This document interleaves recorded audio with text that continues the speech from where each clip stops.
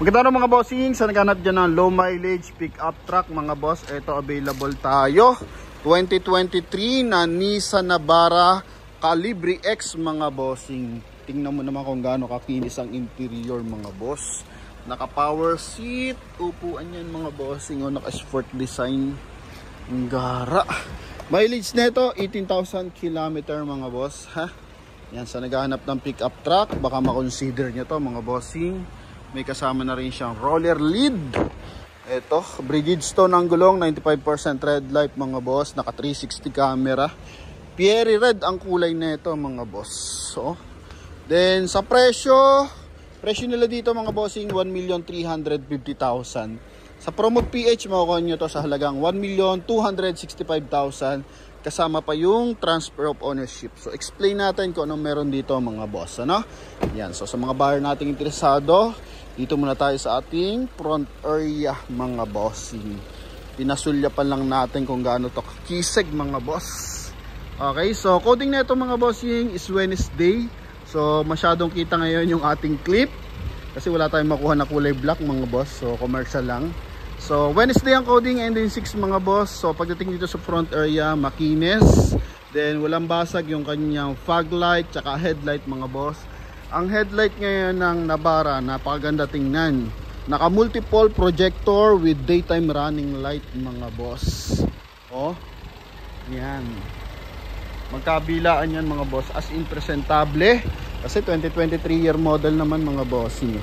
And eto mga boss is meron na siyang skid plate mga bossing. Buo na yung skid plate niya pailalim.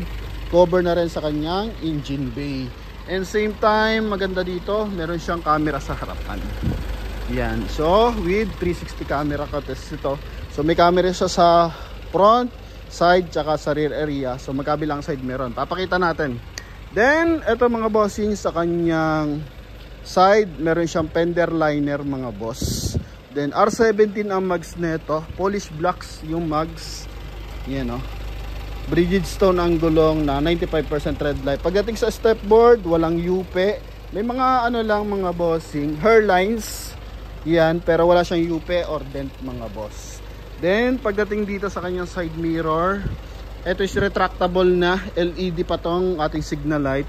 Then ito yung additional camera. Kulay black yung ating door handle, keyless entry yan mga boss. Oh. Then dito may rim visor, may roof rail na rin. So pasukin lang natin yung kanyang interior. Ito yung kanyang power seat mga boss. Pakita natin mga bossing ha. Yan. So itong Calibre X mga boss, sunod to sa 4x4 unit. So mas mababang variant ng bahagya. Kasi yung isa is Pro 4X naman yun. Okay, so door panel, napakasimple lang, leather. Then kulay black yung ating door opener. Retractable side mirror. Yan, so pasok tayo para ma-explain natin lahat. May dish matting na rin siya mga boss.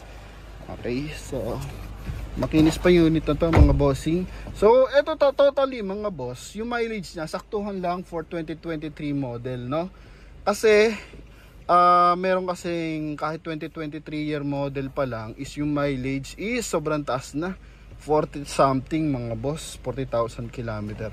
So ito 18 is para sa atin mababa na to mga bossing ha. Yan, so ito yung mileage niya 18,176. Then steering wheel niya buong buo mga boss. Cruise control, voice command. Then hands-free connection para sa ating 2-din audio system. Patayin lang natin yung hazard niya kasi medyo maingay. Then dito naman mga boss sa side mirror, may mapapansin ka dyan. Yan, may picture. Ayan o, or graphics mga boss. Yan mga bossing yung blind spot assist. So kapag tumatakbo tayo may mga sumisingit, so umiilaw siya mga bossing kapag may mga dumidikit sa ating mga unit. So kaya naiwasan ang collision. And same time push start unit nga, and ito 2-din. Then pagdating sa airbag, may airbag siya sa side, may airbag siya sa steering wheel, then may airbag dito sa dashboard mga boss. Okay? Naka-automatic climate control to mga bossing ha. Then dito chrome yung kanyang center console. Yan. Okay. Ito abang lang to mga boss. So etong gantong klase mga bossing, gumagana yung pang Pro 4X mga boss, 4x4. Then pagdating dito sa dashboard, meron siyang 12 volt socket for charging port. Meron din dito sa baba. Yan, may on and off din yung ating reverse parking sensor kasi may mga driver na ay gumamit ng reverse parking sensor. Then ito yung kanyang remote mga bossing. Then USB port, AUX. Okay. Then pagdating dito, stability control, ito naman pang adjust ng ating brightness ng meter cluster. Yan. Okay, ito naman is trip meter lang. Yan mga bossing ha. Trip A to trip B. Pagdating naman dito sa ating dashboard, meron siyang bottled water holder bukod pa dito. Okay. Sa kanyang mga boss, sa kanyang aircon blower, kulay gray to mga bossing ha. Hindi siya kulay black. Yan ha, kulay gray yung side mga boss. Yan, nagmo-moist ang lamig ng aircon mga boss. Syempre Nissan to mga boss. Alam naman natin pag Nissan panalo talaga sa aircon. Then dito mga boss is kulay silver yung accent. Busina, check natin. Okay, goods. Then LED lights mga bossing ha. Yan, pagdating naman dito is to mga bossing, auto adjust yung ating rear view mirror. Yun nga, tulad ng binabanggit ko, kapag may mga bubuntot sa atin na mga naka-LED lights, so masakit sa mata yon, pati driver is na yun mga bossing, kumbaga na-attract. So para maiwasan makasilaw sa driver mga boss, ino-on yan. Okay, nalilesen niya yung liwanag. Then ito, sun visor with mirror, lagay ng ating eyeglasses. So meron siyang card ng RFID mga boss. Okay, then dito rin sun visor with mirror mga boss. May kasama na siyang dashcam mga boss. Yan. And same time, ano pa bang meron dito? Sa kabilang side, meron din. Yan, lagay ng bottled water holder. Okay. Then puntahan natin yung likuran. Ito yung likod niyan mga boss. Pero pakita natin yung napakagarang upuan. Yan mga boss, leather to mga boss ha. Leather, factory leather pa mga bossing. May airbag din pala sa side. Okay, so yung airbag kasi na to para sa likuran mga boss. So ito naman para sa driver side mga bossing. Yan. Then pagdating sa likod, ito meron siyang armrest mga bossing. Detachable armrest para in case kailangan natin ng space. So may additional pa. Yan. Then aircon ventilation sa likod, charging port naman dito sa baba. Yan. So kulay gray yung ating ceiling mga boss. So sa mga nakaka-interest dyan sa pick up, ito additional option mga bossing, 1,265,000 lang to para sa promote PH mga bossing.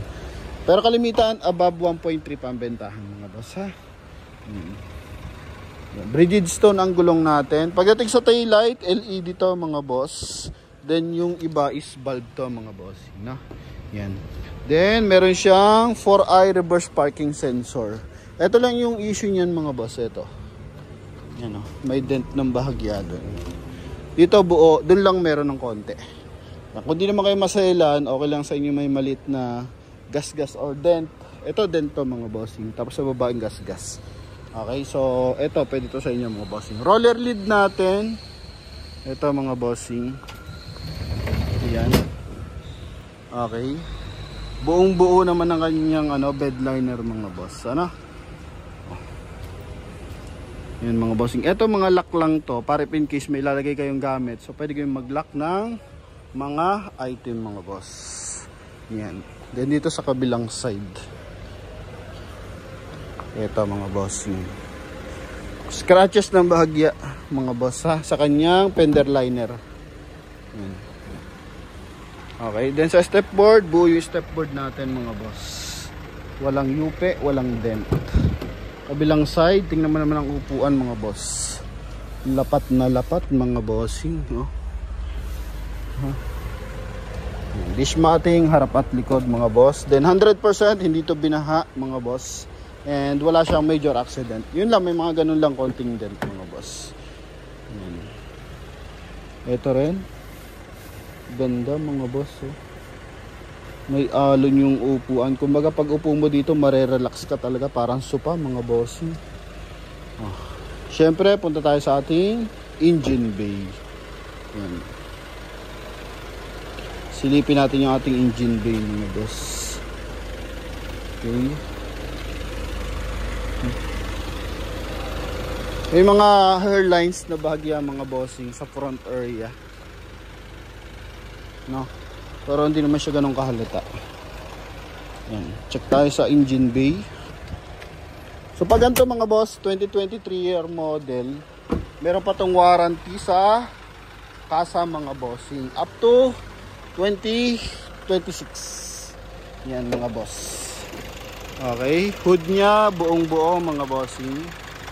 Ito yung ating engine displacement. So 2488 mga bossing, 2488, equivalent of 2.5 liters mga boss. Then dito maganda sa nabara, maluwag mga bossing, madaling makikita kung may bangga or yupe. So dito nakikita natin wala, unat na unat mga boss yung kabilang side. Then dito rin na sa ating mga mga boss bracket yan. Okay, panel EBS mga boss, aircon yan, nagmumoist na maigi, turbo diesel mga boss ha. Bagong detailing na to mga bossing, na detail na insulator buong buo mga bossing. Ang bigat ng hood ng mga bossing Nissan Navara. Yan. So sa mga buyer natin nagkaka-interest para dito, eto mga boss, pwede nyo makuha sa halagang 1,265,000 mga boss, no? Yan. So sa mga interesado, tawag na sa ating contact number na sa screen mga boss. Connected dyan ng Viber and WhatsApp. And para sa patuloy na nangangarap, so motivation lang natin, ipon lang tayo ng ipon mga boss. Makakuha din tayo ng ating mga dream car. And thank you very much mga boss sa pagsuporta, kasi 500,000 followers na tayo sa ating Facebook page. And konting-konti na lang para sa YouTube mga bossing, 100,000 subscriber na tayo. So thank you in advance. So God bless sa inyong lahat mga bossing. Adad ko lang pala mga boss, ito pala mga bossing is naka-adaptive. Yan mga bossing, adaptive cross control to mga boss. Okay, yan, naka-adaptive cross control. Late ko napansin mga bossing. So yung adaptive cross control, so once na may nauna sa atin sasakyan, then tayo naka-set up ng cruise control. Let's say, ito kasi yung pag-set up niyan mga bossing. Dito. Yan, so habang nagta-travel tayo, let's say gusto natin is 80 km/h mga boss, ilo-long press mo lang to. Then habang tumatakbo, sineset up siya mga bossing. So ang advantage lang na may adaptive cruise control, so let's say hindi ka nakaapak sa accelerator mo, tumatakbo pa rin yan 80 kph. So walang yan mga boss, no? Kumbaga walang palya yan, yun lang talaga yung takbo niya. So kagandahan lang sa may adaptive cruise control mga bossing, once na namreno yung sa harapan at nakaligtaan mo magpreno, or kumbaga naaliw ka sa biyahe mga boss, yan, so malimutan mo mag-brake mga bossing, kumbaga out of awareness ka kusa nagbre-brake yung sasakyan because of adaptive cruise control mga bossing, no? Yan, kusa siya nag-a-adjust, nagbababa ng takbo mga bossing. So yun, malaki advantage yan para sa mga beginners yan at newly driver mga bossing. Okay, so yun lang mga boss, additional info lang yon, and hoping nakatulong sa inyo mga bossing ha. And share lang tayo ng share about sa mga sasakyan mga boss, and hoping bawat isa sa atin makakakuha ng kanyang mga dream car.